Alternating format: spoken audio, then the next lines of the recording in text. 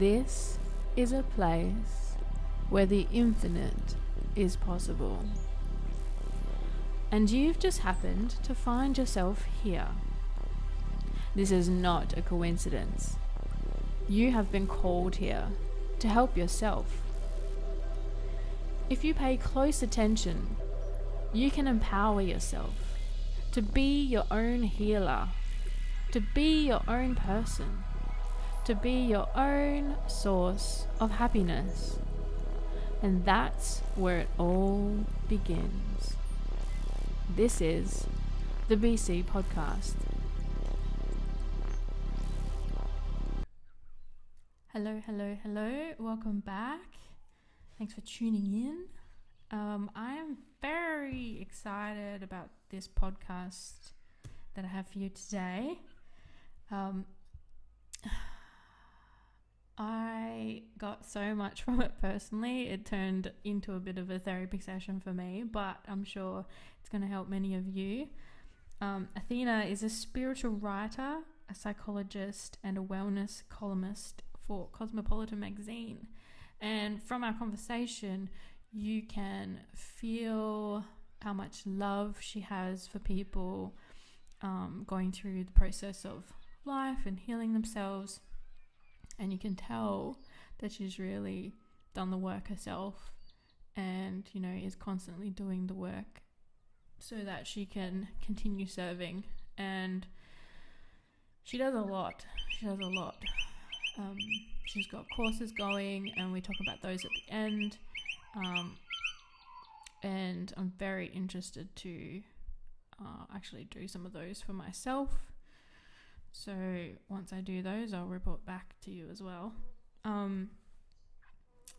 She just, has so much grace, and she answered all of my questions as best as she could, and I'm just amazed.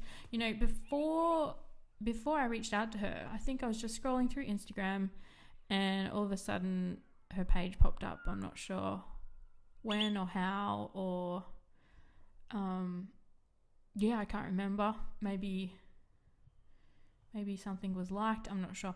But I just looked at her Instagram, and I had this pull that I had to just ask her to come on the podcast. I'm like, she writes for Cosmo. I don't know if she's gonna want to talk to me. And I just wrote this big thing. Like, I really feel that you are the person I need to speak to. I'm going through a lot, and I think that we'd have a really good podcast. And she said yes straight away. She said yes, and I'm just so grateful, and it was so beautiful. We had a few technical issues on the podcast, but we persevered, and we got a lot of good conversation in there. So sit tight and enjoy yourself, and I really feel that this is gonna really help you if you're ever going through something similar. All right, thanks everyone.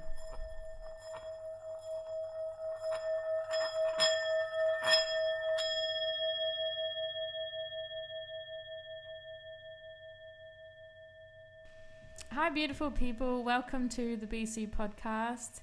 I have Athena Laz. Am I saying your last name correctly, Laz? You are? Yep, cool. Hi Athena. Hi. It's so good to be here. Thank you so much for having me on your podcast. You're very welcome. Thank you for just jumping in and saying yes straight away. That was really nice. No, absolutely. I wanted to know a bit about you, if you could share with our listeners, and how you came to be being of service like you are. So my journey to this point was definitely not a linear one. I sort of had no idea what I wanted to do in the world. So when I finished school, I actually finished a year younger than most people and just really had no idea what I could do, how I could, I thought I had no talents, I thought I had no gifts. I was really, really not in a good way. And I sort of took time off. I was lucky enough that I was in a position to take time to travel and make traveling work for myself when I finished school. Very liberating for me. So in that process, I left what I kind of knew and traveled and explored and saw cultures and people and ways of living that I hadn't been exposed to. And it was really a big deal for me. It was really liberating and quite freeing, especially from sort of what my experiences before that had been like. So I was on a bus traveling, I think I was in Italy. I can't even remember anymore. I mean, it's literally years and years and years ago. So I'm like almost like, yeah, so giving my age away. But but anyway, so I'm on this bus and there were these other girls traveling, and the one girl turned around and said to me, you know, I have all these books and they're too heavy. I can't hold them in my backpack anymore. Do you want to just take a look and see if you want anything? And I said, cool, that's so sweet of you. That's really nice. And I ended up taking a book by Louise Hay. The book was titled "The Power Is Within You," and I can see you nodding, so I'm sure you know. She was my big first kind of oh my god moment when I read "You Can Heal Your Life." Yeah, I think we've lost. Everything's frozen. If you can hear me, I'll just try and cut the video. Hi. Hey. Maybe we'll just have to try the phone call. I think so. I think it'll probably be easier that way. Yeah. Well, that's all right. So you're on this bus and you got the power of, what was it called again? Sorry, the power of. I think the powers within you, or something like that. I mean, I can't even remember the title. But it pretty much was the first self-help book that I'd been given. And like you said, you know, Louise Hay, she was really prolific in bringing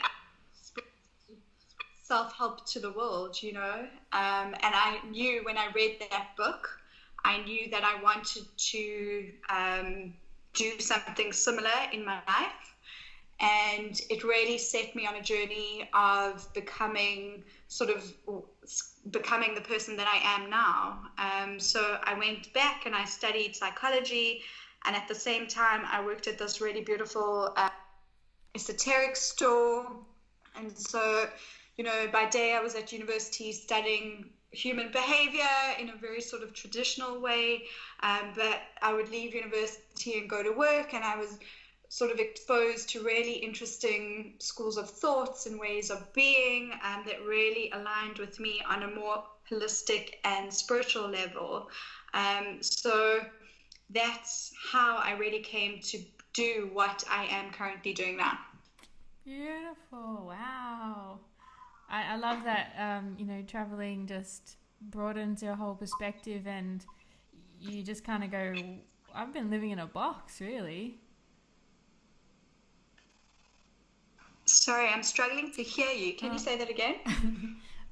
Traveling, it just kind of opens your whole world, and you realize that you've been living in a box.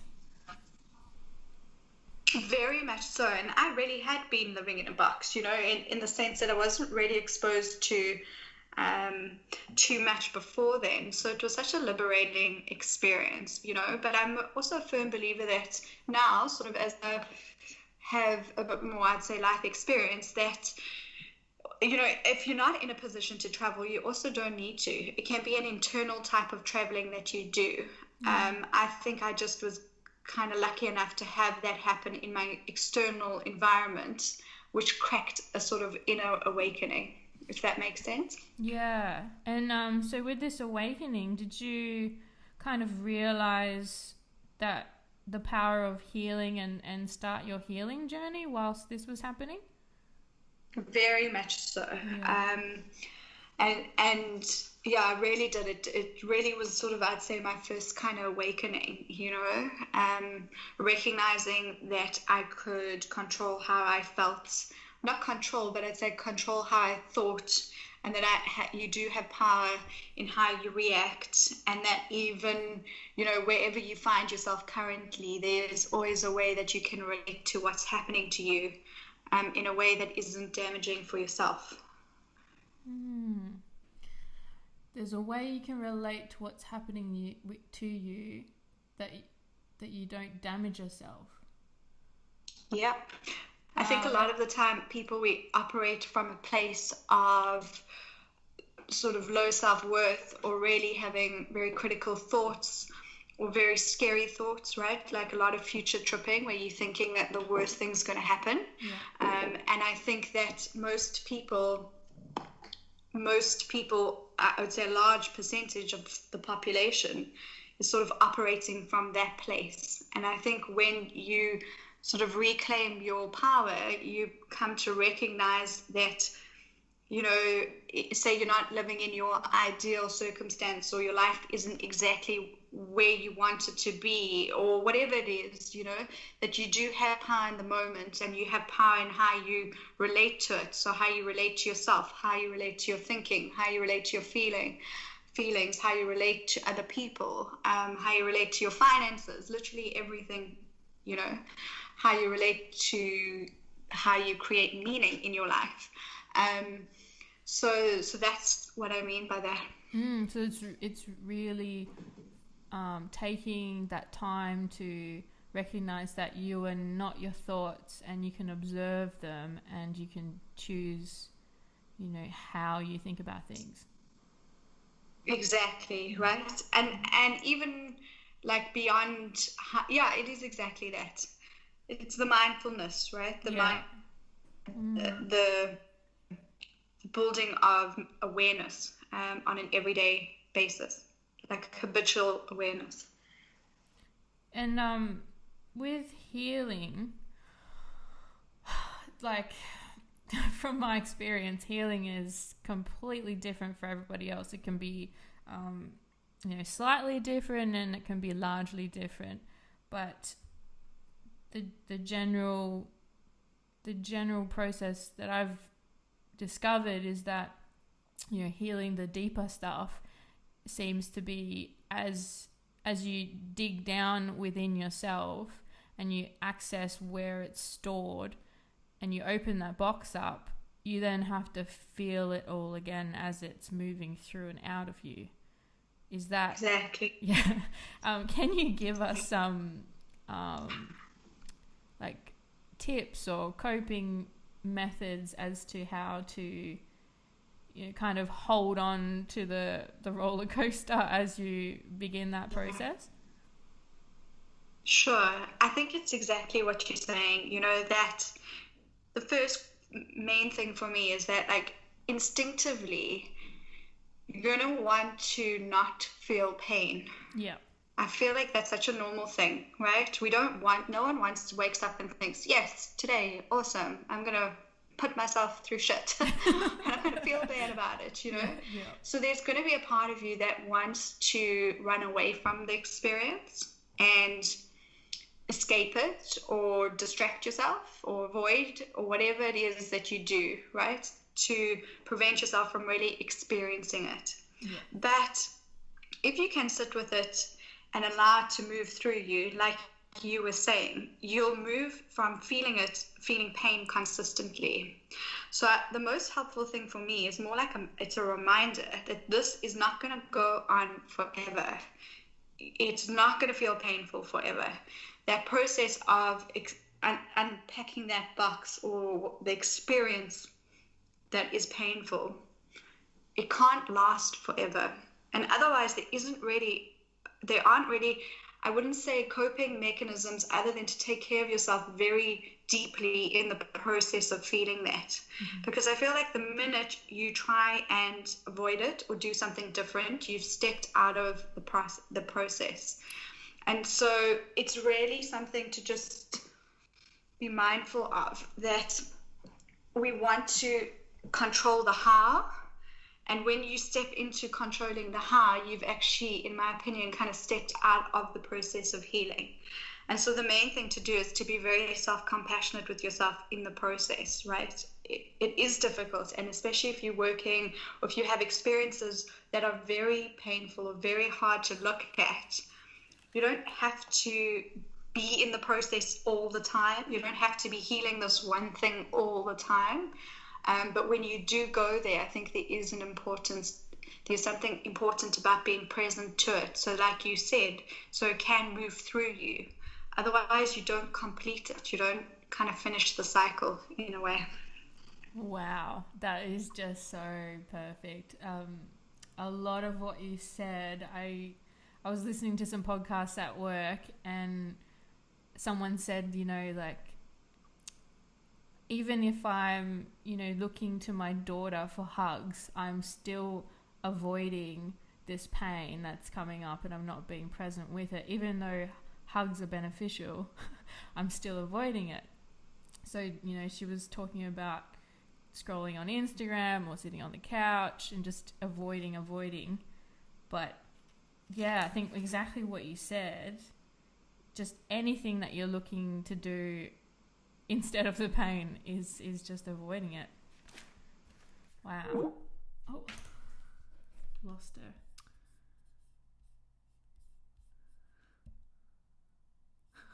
Oh no. I'll just have the recording on my audio. I won't hit the record on the Skype either, so we'll see if that helps. Okay. See what I mean about that kind of morning? It's in the air. Well, actually, we've got 6 planets in retrograde as well this week. Exactly. Oh dear. We should have thought about it, but anyway. I read that this morning and I was like, oh yeah, there's probably going to be some tech issues. I know. I also hate. I'm so stubborn like that. I refuse to be done in by it. Yeah. Such a childish response, but I feel like it's quite funny how we can panic about Mercury retrograde. Well, that's okay. I'll just continue on with my next question. If that's all right. What did you hear up to? Say that again? What part did you hear up to? I literally did not hear your response. I heard something and then literally nothing. Well, I was just saying that, what you said was absolutely perfect, and I was getting that information via another podcast I was listening to this week, just saying how when you're seeking something else, like scrolling through Instagram or Facebook, or even going up to her daughter for cuddles, even though cuddles are great and cuddles make you feel better, you're still avoiding that pain that you're going through. Fully. Yeah, so... Fully, right? It was beautiful what you said. So beautiful. Uh-oh.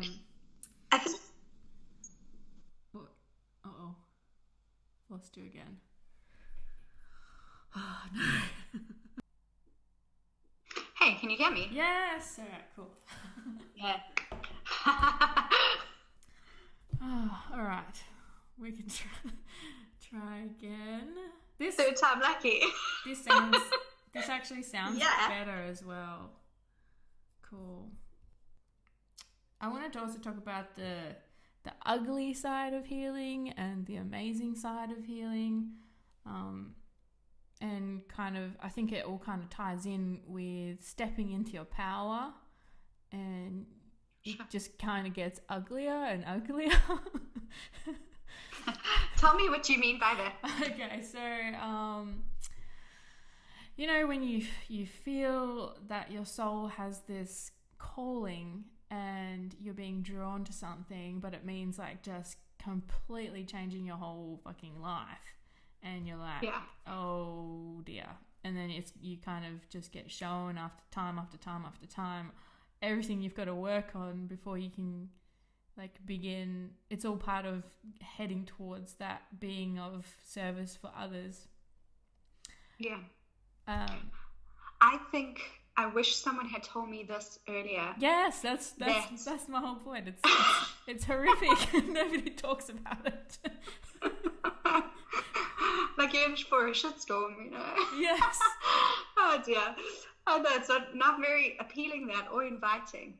But I think at the same time, if you feel a soul calling to be of service and to do the work, it means showing up in the way that you are, right? And I think that there's something, so I have mixed feelings about this at the same time, but it might sound a bit contradictory. But what I mean by that is like, on the one hand, we're never going to be perfect, right? I don't think there will ever be a point where you arrive and you are this like pristine being, like no mess, nothing to work on. I mean, I think we can eventually get there. I do think the possibility exists, but I would say for the most part, in a human experience on this level, we are working through our emotions, through our feelings, through our experiences with others, through what we think. And I think it's a lot of pressure to put onto ourselves that we need to have everything in order, in like a perfect order in order to do the work. And I think that can hold back a lot of people who really do have good things to offer others, through their stories and through their experiences. But then at the same time, I do think we have, if you are, I suppose it depends what you're doing, but if you're working with people and you're assisting them through a process, I do think there's something about ethically doing it and having integrity in the work that you do. And so I think there are a lot of people out there who will offer a lot of advice and a lot of techniques and a lot of things, but they're not looking at themselves in the process. And I think that is something that is sort of like the shadow side of this.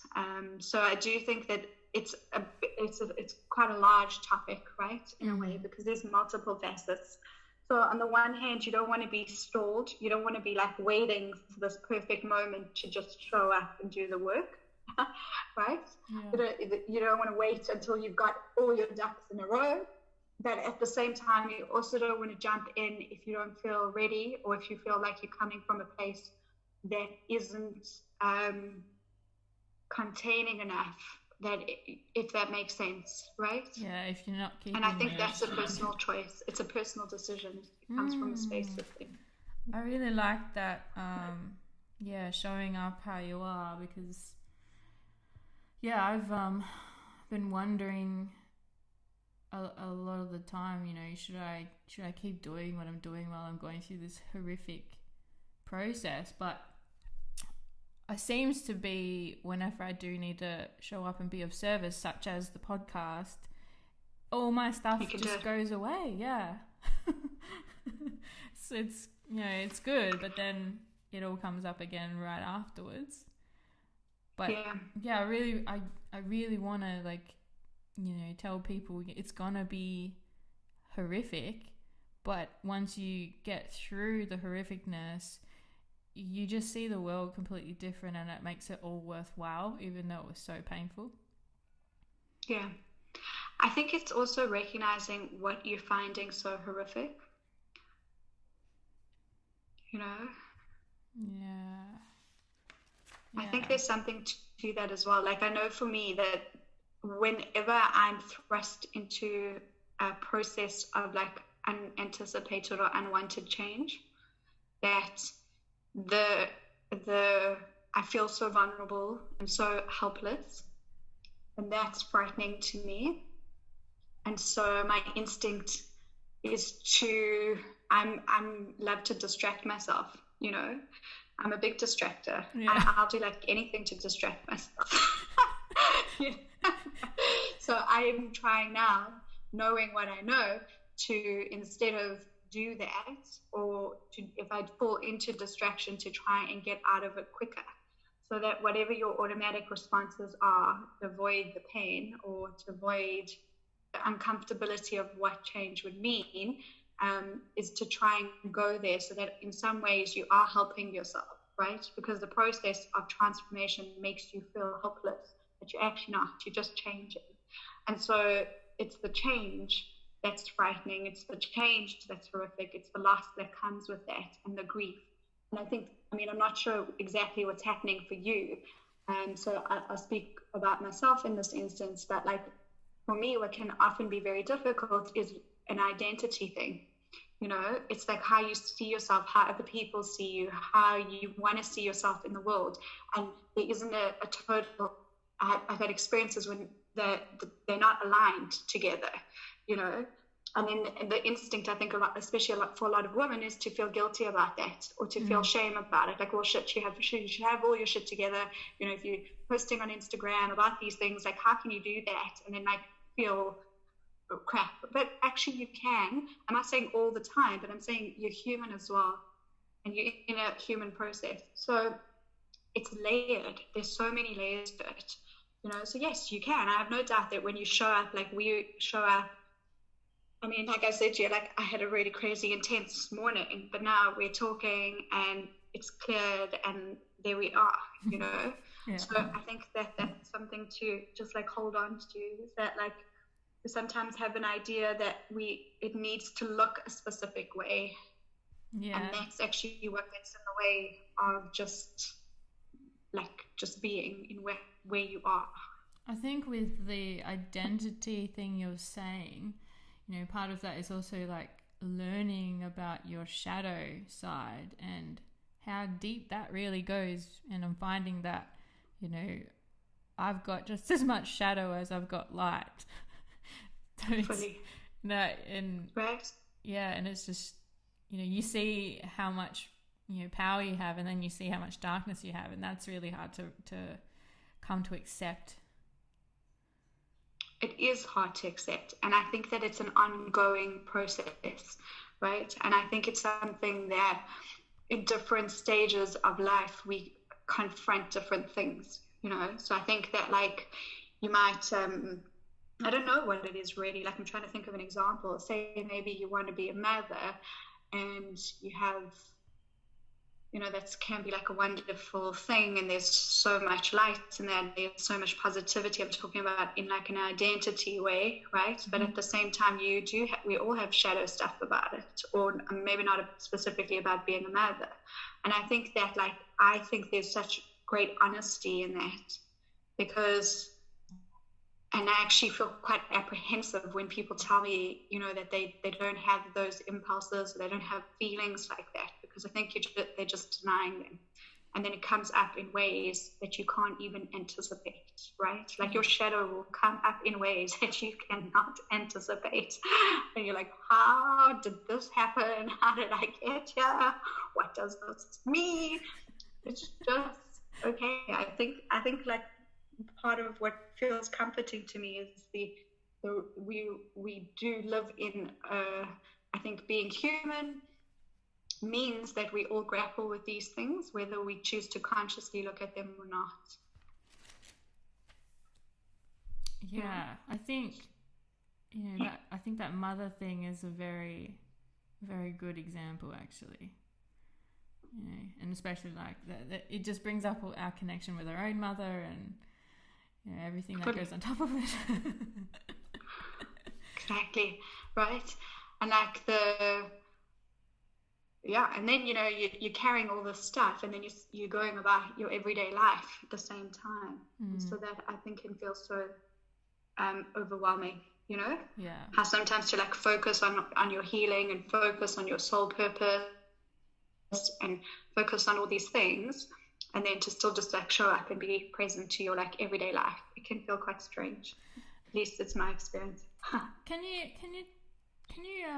explain to me the difference between this healing process that we're talking about and then a dark night of the soul process? Because I find it's very I think they're hard. So linked.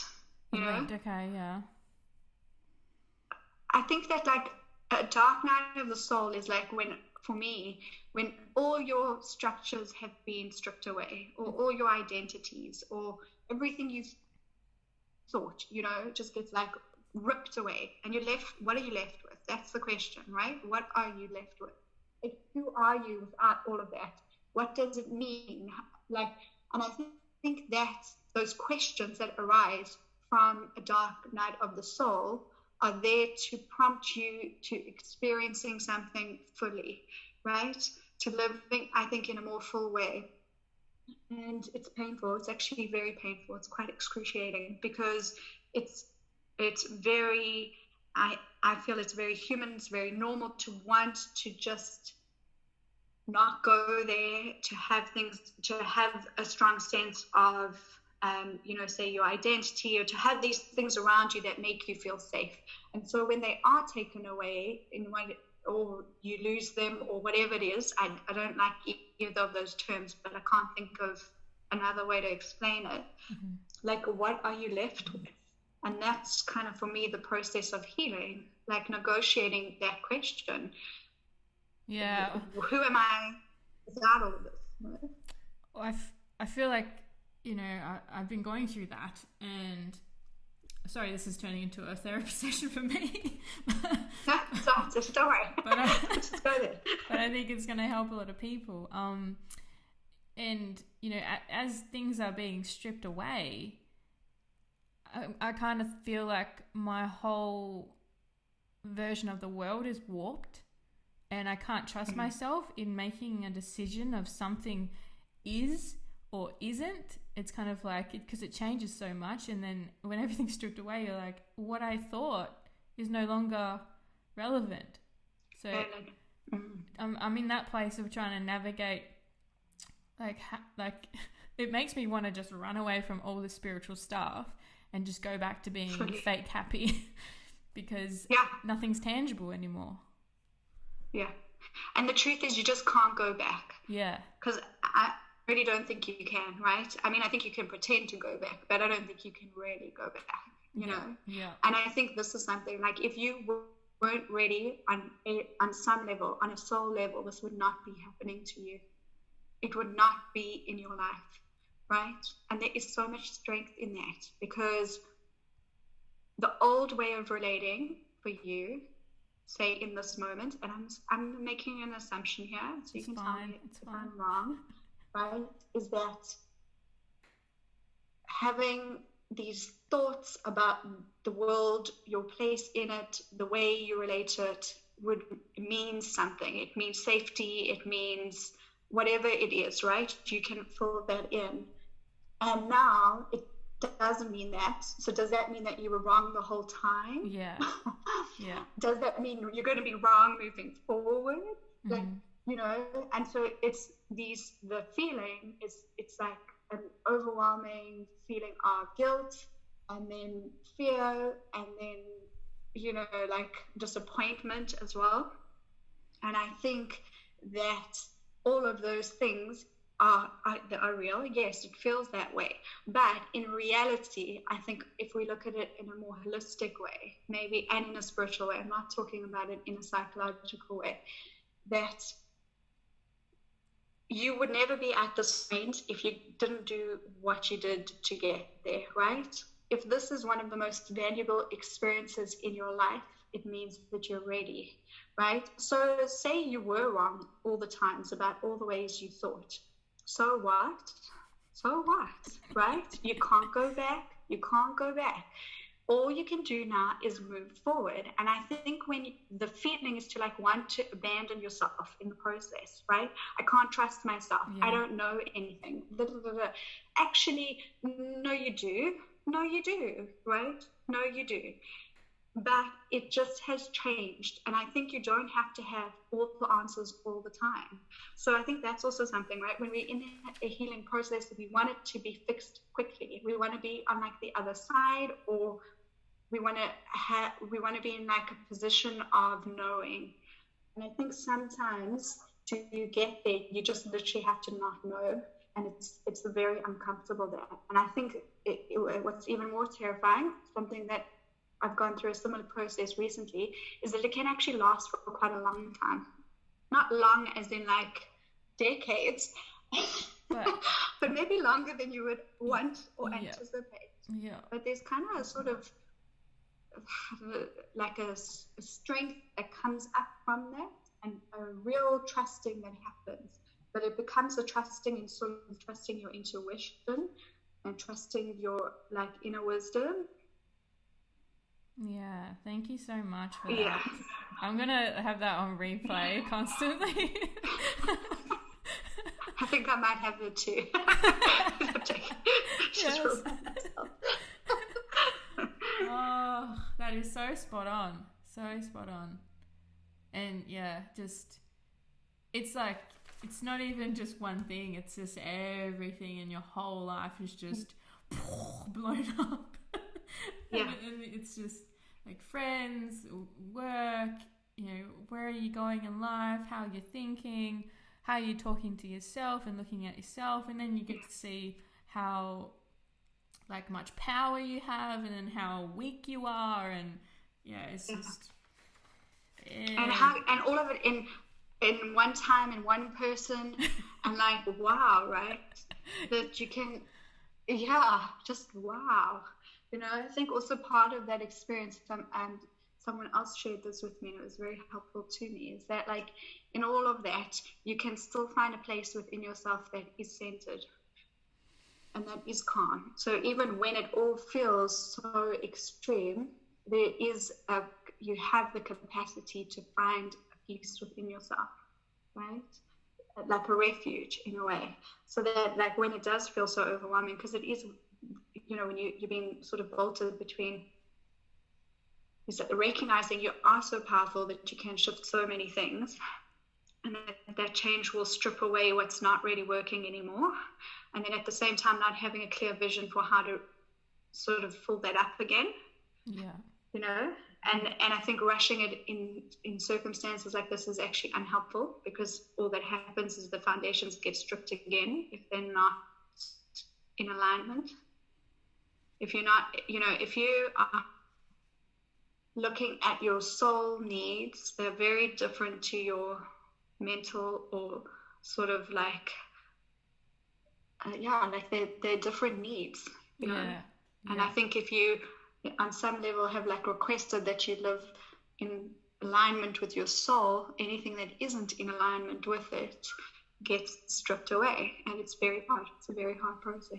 I do find that when I'm in the mood or ready for, you know, diving into the pain to release more of it, I can find that center in that pain, but when it like sneaks up on me and sideswipes me, then I'm scrambling to try and avoid it. But yeah, I recognize the center, and it's okay that right. It's okay. Like,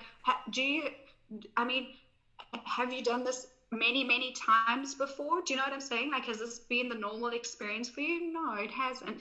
And so like you're navigating this, it's new territory, and I think that that's something to just like remind yourself that like we're all learning as we go along, and sometimes you learn faster and smoother, and other times you learn slower and more painfully, and that's just, I feel like, part of being alive, that is like a reality of life, you know, that in essence like you're navigating something new, and sometimes it just takes time. I knew I had to talk to you. I think we both need to hear this, so it's cool. Oh, good. Also, so we've got to go soon. But the feminine power and stepping into the feminine, that's come up a lot as well. And I'm finding a lot of women around, you know, in society also, learning to embrace more of their feminine, and it's really hard not to fall into what men want, or, you know, have thought they wanted or conditioned us to believe they want. And how do you stay true to the feminine side in yourself? I am unsure, to be honest. I think that it's really, I think it's navigating it as you move forward in life, you know. It's so funny. My husband and I were literally talking about this last night. We watched a video of a guy called Jordan Peterson. I'm not sure if you're aware of him. He's awesome. Okay. So Oh, wow, right? Like people should just Google him and watch him, because if not, it'll just evoke a whole lot of stuff in you, one way or another. His conversations do. And the particular video we were watching about him, for anyone who's listening who doesn't already know, is I think he's a clinical psychologist by profession, and was a professor, and he has a whole lot of thoughts about like the male feminine female dynamic and what that means, and what's the rise of feminism is doing to like the male psyche as well, and so it's just really interesting to listen to him. I know that like when I listened to him, I was listening to the podcast, I was quite irritated with him because I found a lot of what he was saying was like the problem with people have. That's the exact problem, But when I think about it, I think about the men in my life who are incredible, who have never conditioned, that I don't think they may have benefited from systematic privileges in society, right? But when I think about my relationships with them, I never feel that is the threat in my life. And I think that it's a personal journey. So I think that's something that I think collectively men and women are trying to heal and negotiate. And I'm not sure. I really just have no answer to this. I don't know what the answer is or the solution is. I just know in my waking life that like I did enough healing that I surrounded myself. I tried to surround myself with men or people who value me and who I value and who love and respect me, and I love and respect them. And I think that was very empowering, because it means that I can be, an ambitious woman, and then a feminine woman, and then or what people would prescribe to be more feminine traits, and not feel sort of ashamed about either. But yeah, I'm not quite sure. But that's really lovely, and I'm glad that you've been able to do that. And I think that's a really good place to aim for as well. Just choosing who you surround yourself with.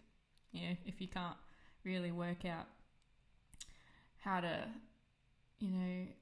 I'm a very like one or the other kind of, I'm extreme one or the other a lot of the time, and I feel like sometimes I'll get on my like feminine high horse and wanting to stand on every male's throats and stab them, or just be quite violent to men, and then I put them on this pedestal and I want to serve them and help them, and I find that really tricky to work out. And then when if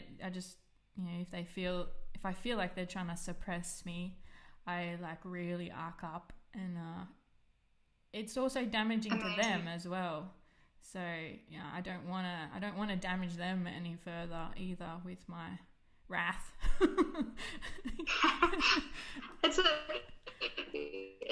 It's exactly what you're saying. It's like a matter of, you are going to stand up for yourself, and you should, But I think also when we fall into like narratives that are extreme in one form or another, and we teach that to young children, like there are consequences of that. Mm-hmm. And I think that is something I think it's almost like what you were talking about, the messy side of healing. Yeah. I think it's an inevitability in a way. It's a consequence of healing, Make a lot of mistakes. Yeah, exactly. Well, we'll start wrapping up, and you have some courses. You master your inner critic course. Do you want to talk a bit about that for people? Thanks. So yes, when I first started my business, the first program that I wanted to create was really a course about how to get a handle on not negative, but like critical thinking. And I wanted to really look at the main dialogue around healing, and how affirmations have been sort of blanketed as a cure for critical thinking. So if you have sort of low self-esteem and you say things about yourself that are hurtful, how affirmations are often sort of prescribed to cure, I don't want to say cure, but to like heal that. And my experience of it was that like affirmations were helpful, but to a point. And so my Master Your Inner Critic course looks at all of that. It looks at really how to move past those thoughts, so they don't take over your life and they don't hijack the way you feel about everything. And to get to a place where you aren't convincing yourself, you're not having to say these sort of repetitive statements to yourself to convince yourself that you actually like yourself, So that's the one course that I have, and it moves into a course called Loving You, which is a 6-part program. And it's really everything that I think when I went through training to become a psychologist. And oh, I've lost you. Oh, shit.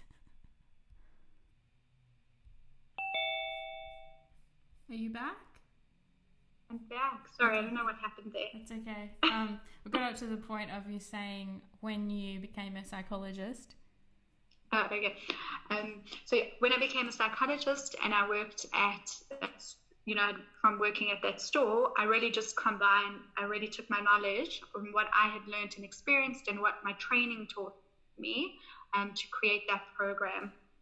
So it's really a mixture of universal practices and psychological practices that can really help you, say you as in like a collective you, to really just move past critical and hurtful inner thinking to really validating and accepting yourself that goes beyond repetition, of saying like, I love myself, but in actuality, you actually don't love yourself, So I look at that in that program, the reality of really what it means to get to a place where you really do start to take care of yourself. Yeah, that, if you can get there, I think that's probably the most priceless tool that you can have, Yeah, and you can get there, right? You really, really can. Like I speak from experience, from in my own life, and like as well as having worked through with hundreds and literally like hundreds of people who come from like all sorts of backgrounds with all sorts of stories and all sorts of reasons for getting to a point where they just don't really like themselves, and being able to move through that fully. And I think like we were talking about at the beginning of this podcast, when you are ready, the things you need will come. So when you're ready to look at something and when you're ready to heal something, what you need comes to you. I really believe that. I think it's like a universal law. You can't help but attract it. It's like whether you have the courage to really just continue. That's the question. That's so beautiful. And do you have anything else coming up that you want to mention? I do. So currently I have a signature program that's closed this year, but it will come up next year again. It's called Own Your Inner Power. And I offer a whole lot of other courses, and people that work with me, I still have some one-on-one sessions that people can do, and all the information is available on my website. Cool. And it's athenalaz.com. And I'll put all the info in the show notes for everyone. And thank you. Thank you so much for doing this. Thank you for having me. You're welcome. I feel very connected to you, and I don't even know you, and it's just so beautiful. It is. It's wonderful that, hey? Yeah. Well, I hope that you have a beautiful day for the rest of the day. You too. And I hope it gets easier. I'm sure it will. It is easing. Or I'm getting stronger to be able to cope with it. I think that's probably more accurate. Yeah. Well, that's it, right? Slow and steady. And steady. Thanks for listening, everyone. I hope you got as much out of that as I did. If you want to get in touch with Athena, I will link how you can do that in the show notes.